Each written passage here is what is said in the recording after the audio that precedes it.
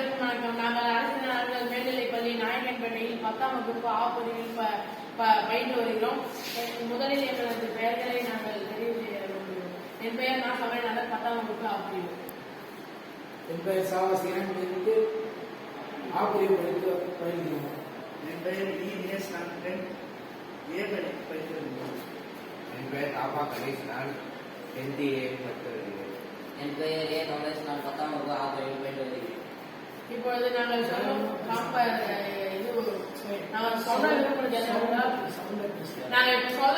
என்னவென்றால் மாவு சுத்திகரிப்பு சாதனம். இப்போ ஒரு மாவு மில் இருக்கு. நம்ம நார்மலா நம்ம வீட்டுக்கு அரிசி மாவு, கோதுமை மாவு, மிளகாத்தூள் அதெல்லாம் நம்ம அரைக்க போகும்போது இந்த மாதிரி ஒரு மாவு மில்ல போனா அங்க ஆல்ரெடி இந்த மாதிரி ஒரு மிஷின் இருக்கும்.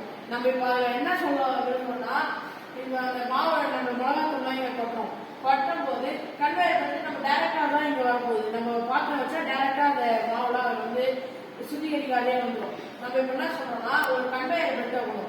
இந்த மாவு அரைச்சி வரது ஒரு கன்வேயர் பெல்ட் காய்ச்சல் எலக்ட்ரிக்கல் ரொட்டேஷனல் மேக்னெட் அதில் காய்ச்சல் கொடுத்தா அந்த மிளகாத்தூள், கோதுமை மாவு அதெல்லாம் இரும்பு தூள் அதை அரைக்கும் போது அந்த மிஷின்லேயே சிறு சிறு இரும்பு தூள்லாம் அந்த மாவோட கலந்துடும்.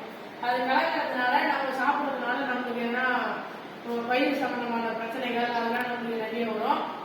இந்த எலக்ட்ரிக்கல் மேக்னெட்டிக் காயில் நம்ம பொருத்துறதுனால இந்த மாவுல இருக்கிற துருக்கள் போன்றதெல்லாம் இந்த எலக்ட்ரிக்கல் மேக்னெட்டிக் ஃபீல்டால அது ஈர்க்கப்பட்டு அது அந்த எலக்ட்ரிக்கல் துகள்கள்லாம் இதுல கீழே ஒரு பாக்ஸ்ல பறிஞ்சிடும். நமக்கு சுத்தமான மிளகாத்தூள், கோதுமை மாவு, அரிசி மாவு அதெல்லாம் கிடைக்கும். அதனால நாங்க இந்த மாவு சுத்திகரிப்பு சாதனத்தில நாங்க பொறுத்த விஷயம் மேக்னெட்டிக் காயில், அதாவது மின்சார காந்தகம், அதுக்கப்புறம் காயில் கன்வேயர் பெல்ட்னா நம்ம அங்க லாங்கா எடுத்துட்டு இங்க ஃபில்டர் ஃபில்டர் பண்ணதுக்கப்புறம் இங்க இரும்புகள், அப்புறம் நம்ம சாதாரணமா வர மாவு அந்த மாதிரி பொருட்கள்லாம் நம்ம சுத்தி எடுக்கிறோம்.